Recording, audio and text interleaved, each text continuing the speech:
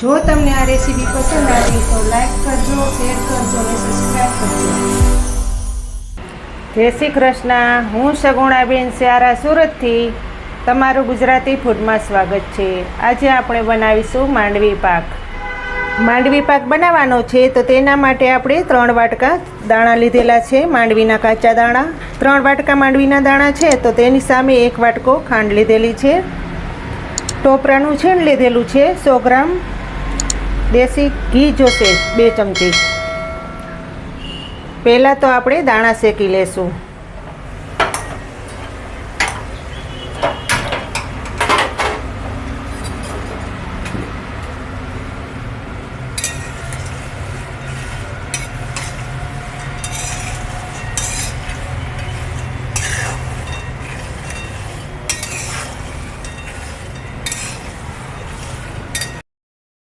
દાણા ઉપર જ્યાં સુધી ચમકી ન પડે ત્યાં સુધી આપણે દાણા શેકાવા દેશું.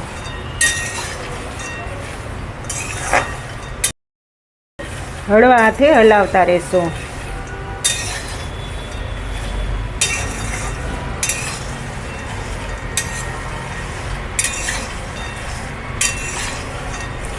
ઉપવાસ હોય ત્યારે પણ આ માંડવી પાક ખાઈ શકાય છે.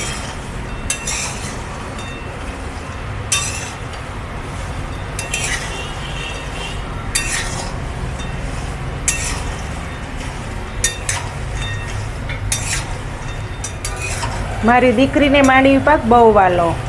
એ હમણાં સાસરેથી આવી છે આટો મારવા, તો કે મમ્મી મને માંડવી પાક બનાવી આપો. હું ચાલો બનાવી આપું માંડવી પાક.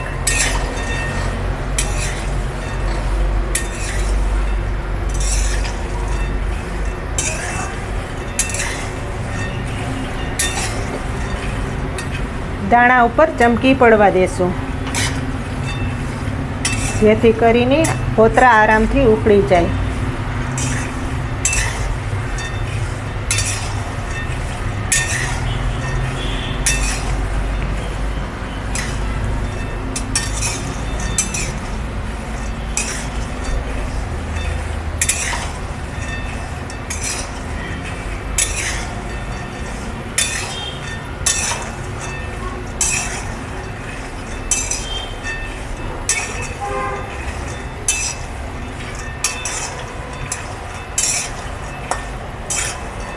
નેવું ટકા યુવર્સ એવા છે જેને ચેનલને હજી સુધી સબસ્ક્રાઈબ નથી કરેલી, તો પ્લીઝ ભૂલ્યા વગર કરી નાખજો, જેથી કરીને મારા નવા વિડીયો તમારી સામે સૌથી પહેલાં આવી જાય.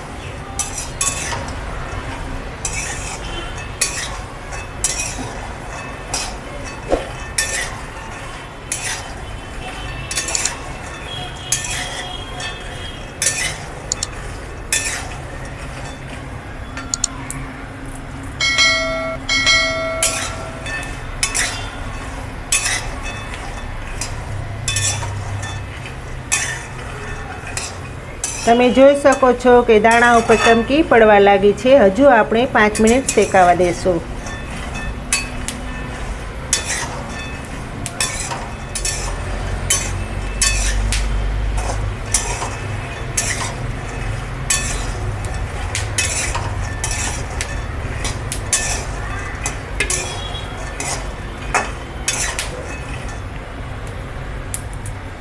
આ રીતના બધા દાણામાંથી ફોતરા ઉખડી જવા જોઈએ.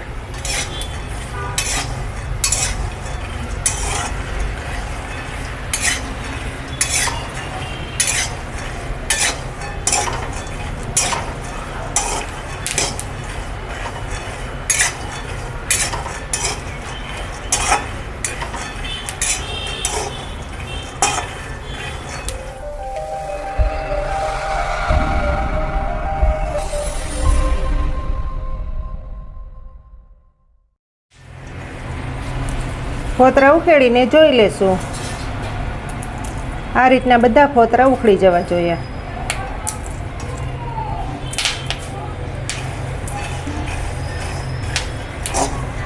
દાણા સરસ શેકાઈ ગયા છે તો હવે આપણે નીચે ઉતારી લેશું.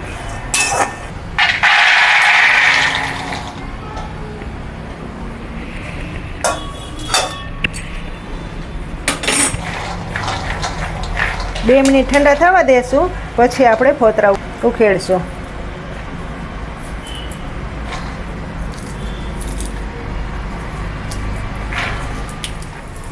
દાણા સરસ ઠંડા થઈ ગયા છે, તો હવે આપણે ફોતરા ઉખેડી લેશું. આ રીતના 2 હાથ વડે આપણે મસળશું દાણાને, એટલે ફોતરા આરામથી ઉખડી જશે.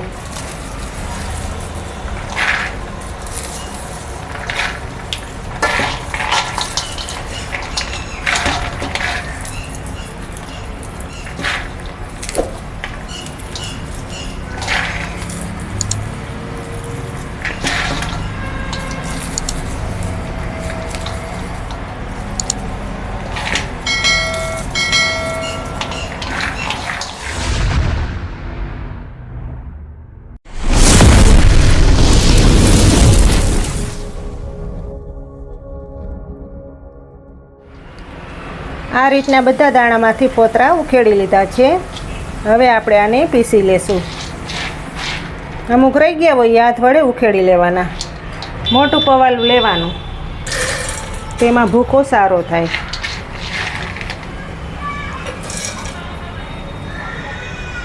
બે વાર આપણે લેશું.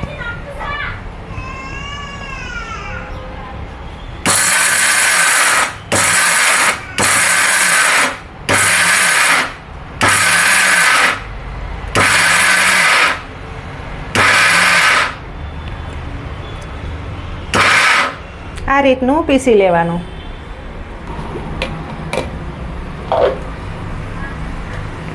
આપણે ચારી લેશું ભૂકાને, જેથી કરીને જે આખા દાણા રહી ગયા હોય તે બહાર નીકળી જાય.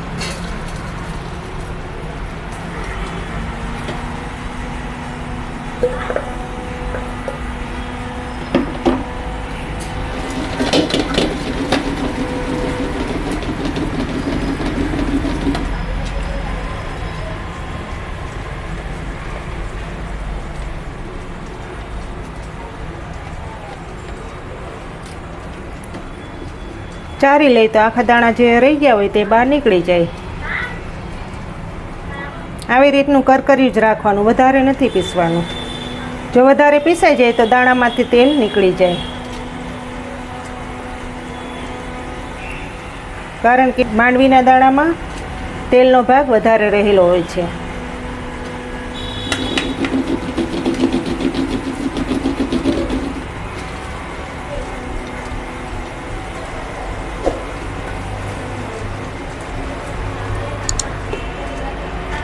જે જાડો ભૂકો રહેલો છે, રહી ગયો છે, તે આપણે બીજી વાર દાણા સાથે પીસી લેશું.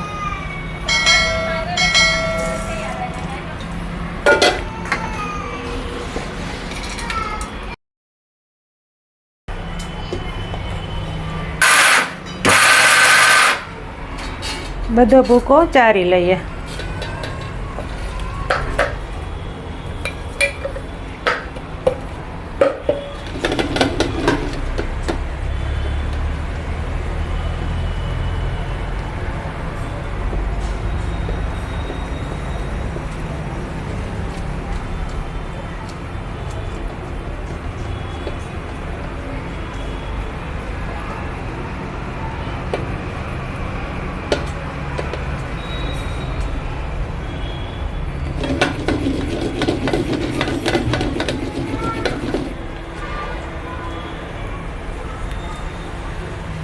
ભૂકો તૈયાર થઈ ગયો છે, તો હવે આપણે ખાંડની ચાસણી બનાવી લેશું. ગેસ ચાલુ કરીશું. જાડા તળિયાવાળી કઢાઈ લેવાની.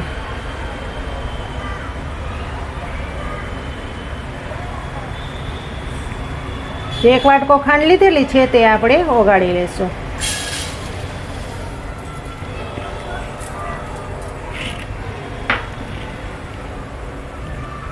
ખાંડ ડૂબે તેટલું પાણી નાખીશું.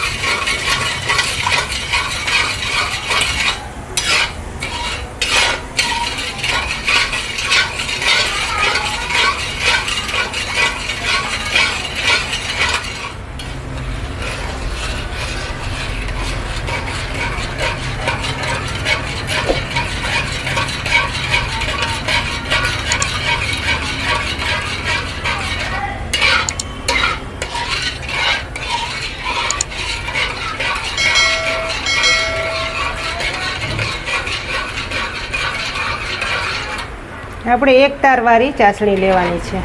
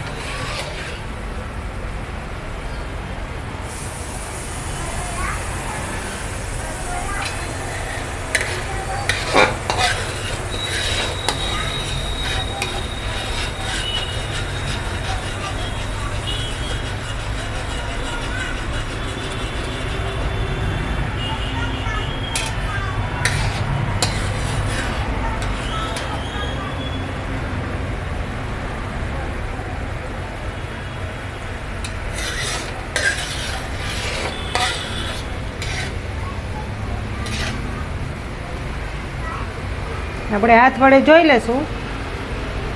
હજુ 5 મિનિટ રહેવા દેવી પડે.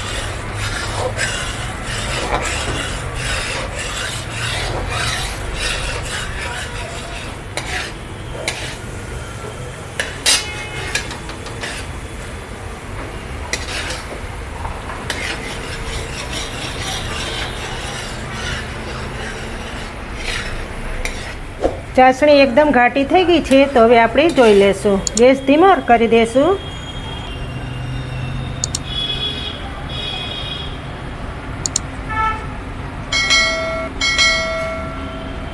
આપણી ચાસણી બરાબર થઈ ગઈ છે.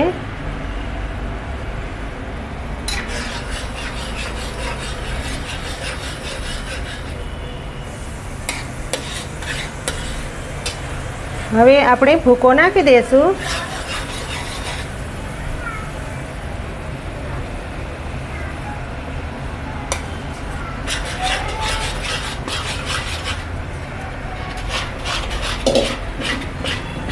તેમાં જે ટોપરાનું ખમણ લીધેલું છે તે નાખી દેશું. 2 ચમચી જેટલું ઘી નાખશું. હવે બરાબર મિક્સિંગ કરી લેશું.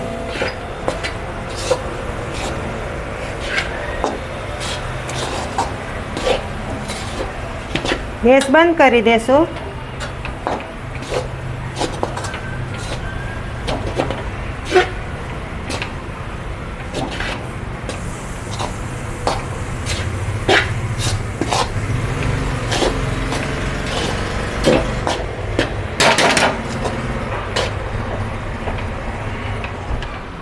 ઘી લગાવી દેશું થાળીમાં.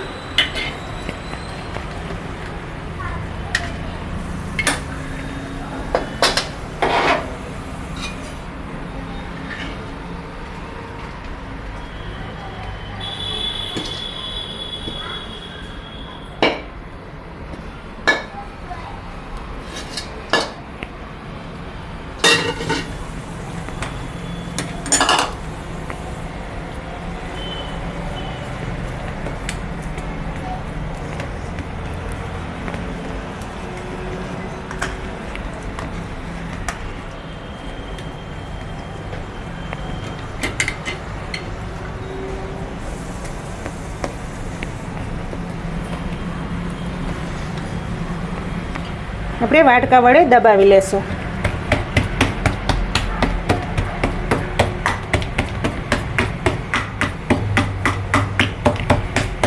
આ રીતનો દબાવી લેવાનો, જેથી કરીને એક સરખો બધો દબાઈ જાય.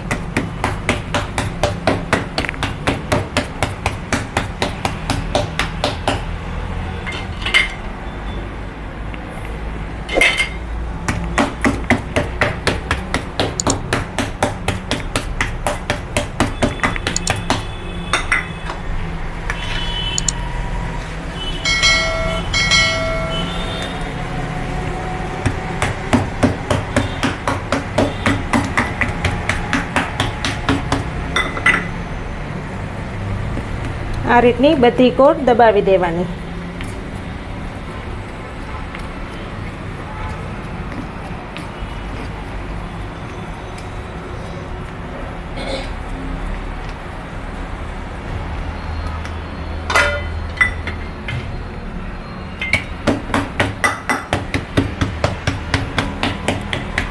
હમણાં તહેવારો આવે છે એટલે માંડવી પાક તો બનાવવો જ જોઈએ. તહેવારમાં માંડવી પાક બહુ સારો લાગે. ને ટોપરું નાખેલું છે એટલે ટેસ્ટ પણ બહુ માંડવી પાકનો સારો આવે છે.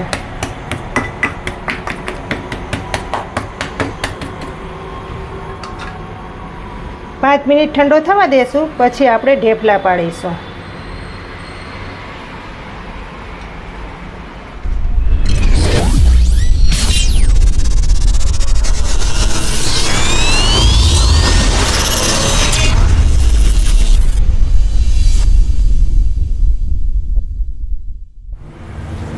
ઢેફલી સરસ જામી ગઈ છે તો હવે આપણે કાપા પાડી લેશું.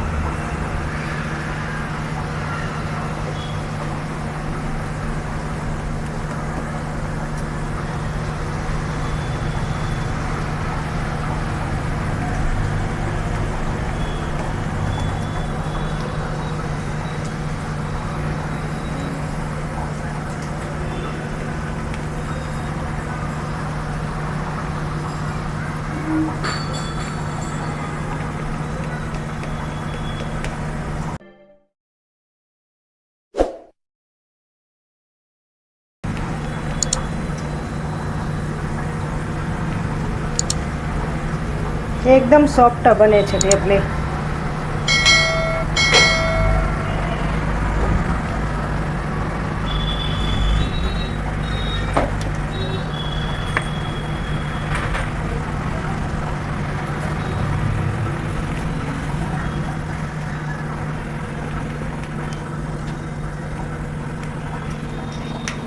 હવે આપણે સર્વ કરી લેશું.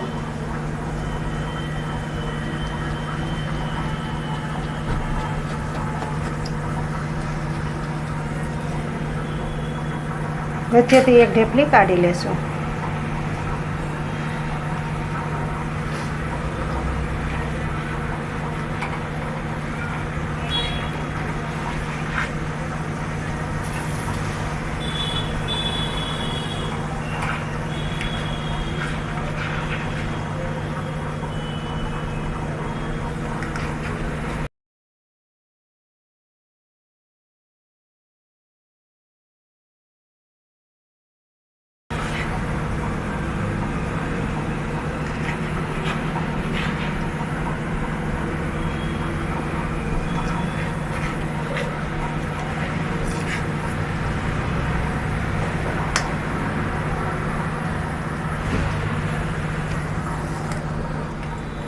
હાઈ ક્લાસ મુલાયમ ને એકદમ સોફ્ટ બન્યો છે. આપણે ભાંગીને જોઈ લેશું.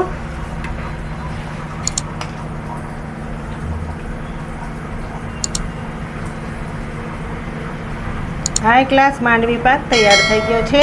તૈયાર છે આપણો માંડવી પાક. તમને જો મારી આ રેસીપી સારી લાગી હોય તો મારી ચેનલને લાઈક કરજો, શેર કરજો અને ભૂલ્યા વગર સબસ્ક્રાઈબ કરજો. કમેન્ટ કરીને કહેજો કે તમને મારી આ માંડવી પાકની રેસીપી કેવી લાગી.